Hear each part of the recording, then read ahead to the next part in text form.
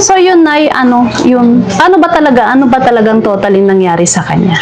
Bakit siya nagkaganyan? Hindi namanikan po yung mga kalalakihan. Ngayon, nung namanikan po, schedule na po yung kasal nila ng May. Ngayon, syempre, nag-aayos po ng papel sila mga February, March, ganyan. Nung April na, hindi pa dumadating. Buwan po umuwi para mag-ayos. Nung sabi ko, baka ako, meron na yan, ba't gano'n, hindi naman na umuwi. Sabi ko, hanggang sa nagtapat naman na nga po yung lalaki. Sabi niya, meron na siyang, buntis daw niya yung babae. Bali, nasaan po yung lalaki po?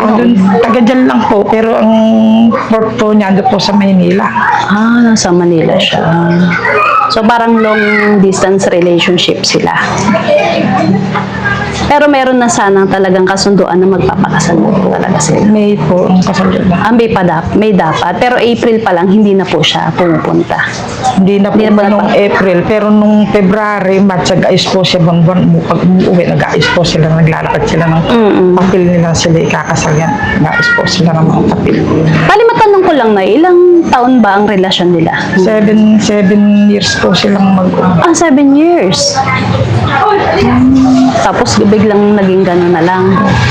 Kaya nagsimula yung depression mo. Okay naman po siya. Pagmula lang po nung hindi po siya tinutuon ng lalaki, nagkaganyan na po siya. Kawawa naman si Ate Geraldine,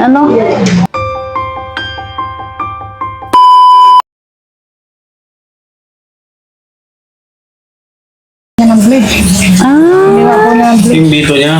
Oo, kaya pala ganyan nangyari sa kanya, no? Nananakit po siya na sa kahit sarili mo. Kung ano pinadinig niyang paulinig na nadidinig. Kung ginagawa. So parang, sa nangyayari kasi parang ayaw niya na istorbo. Nay? Pero hindi niyo na po napapainom talaga ng gamot. Totally. Kawawa naman si Geraldine, no? Pero dapat yan ay talaga mapainom ng gamot.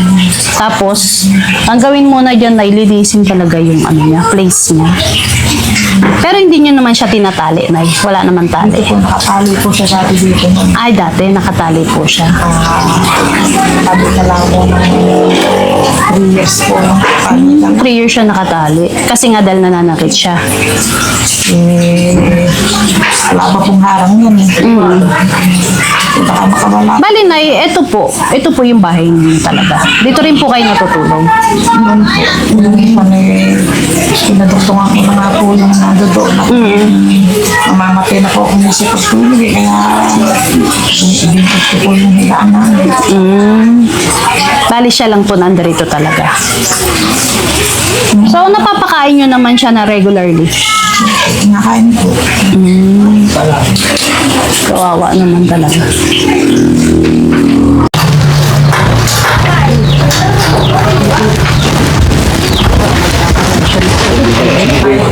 So yun, Nay, napaliguan na natin. Ang problema mga kababayan, hindi namin mabihisan ni Nanay kasi puro kami mga babae dito. So masyado siyang malakas.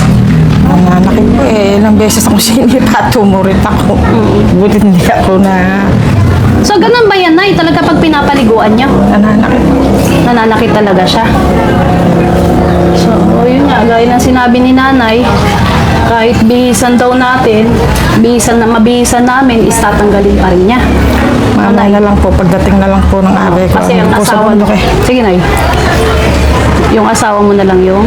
Magbibihis po pagdating. Maraming salamat po sa inyo at narating ko po yung anak ko dito. So yun ay kasi yun po talaga ang adhikain ng Team Daddy Frankie. Yan ang kahit paano napaliguan natin siya. So yun mga kababayan, pagbibihis na lang talaga. So medyo talagang hirap, no? Nananadyak talaga siya mga kababayan. Si Nanay nga ilang beses tadyakan eh. So ako kasi medyo talagang ano rin ako, takot ako sa ganyan. Pero hindi naman totally na ano, kumbaga andyan naman sa nanay. First time ko kasi napaligo na nanay Jack eh. Pero okay lang naman mga kababayan. Hanggat kaya natin, yun ang gagawin natin. Hindi ka No? tulad kay Ate Dang. Ngayon lang po talaga ako pumasok ng abay ko dyan. Talaga pong abay kong napapaligo, nasa likod lang po ako. Nakapaliguan po namin. Kaya kahirap po pagka ako lang mag-isa, hindi ko po talaga kaya. So, sige Nay, basta pag dumating na lang po yung abay nyo is sana po mabihisan at sana pa mapalitan na natin, na malagyan natin siya ng no? Mamaya po pagdating po ng abay ko, bibihisan sa kalalagan po ng sakit. So, yun Nay, sana po Nay, maging okay si Ate Geraldine. Bali, sige Nay, ganito po, magbibigay na lang po kami ng konting financial sa inyo para kahit pa paano may pangkain si Geraldine araw-araw. Pili niyo siya ng pagkain. Umiyak si nanay.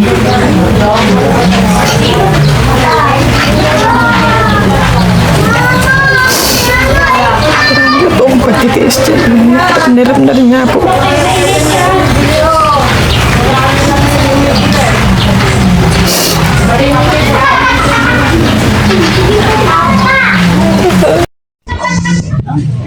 So, na ito po, tanggapin mo po yung tulong financial namin para sa inyo. Kamay mo. 1, 2, 3, 4, 5, 6, 7, 8, 9, 10. 5,000 po para po kayo makatulong po sa inyo, mabili na yung mga magkain.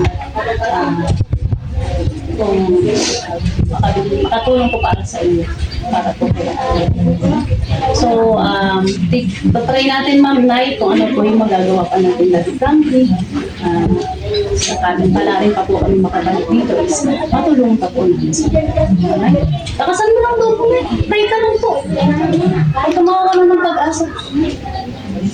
Habang may buhay, may pag-asa. Ano po? Daddy Frank.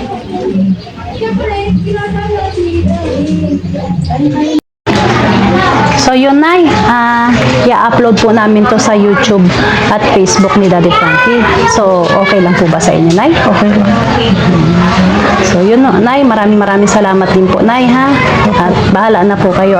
Kayo na pong mag-iingat sa anak niyo po. No? Ano pong masasabi niyo sa Team Daddy Frankie po? Maraming salamat po sa buong Daddy Frankie at nakarating po kayo dito. Hindi ko po inaasahan na makarating po kayo dito. Maraming salamat po. Yun. So yun po mga kabayan, maraming salamat po. Yan sa mga OFW natin, mga taga-suporta dyan. Yan. Maraming salamat po at mag-iingat po kayo lahat.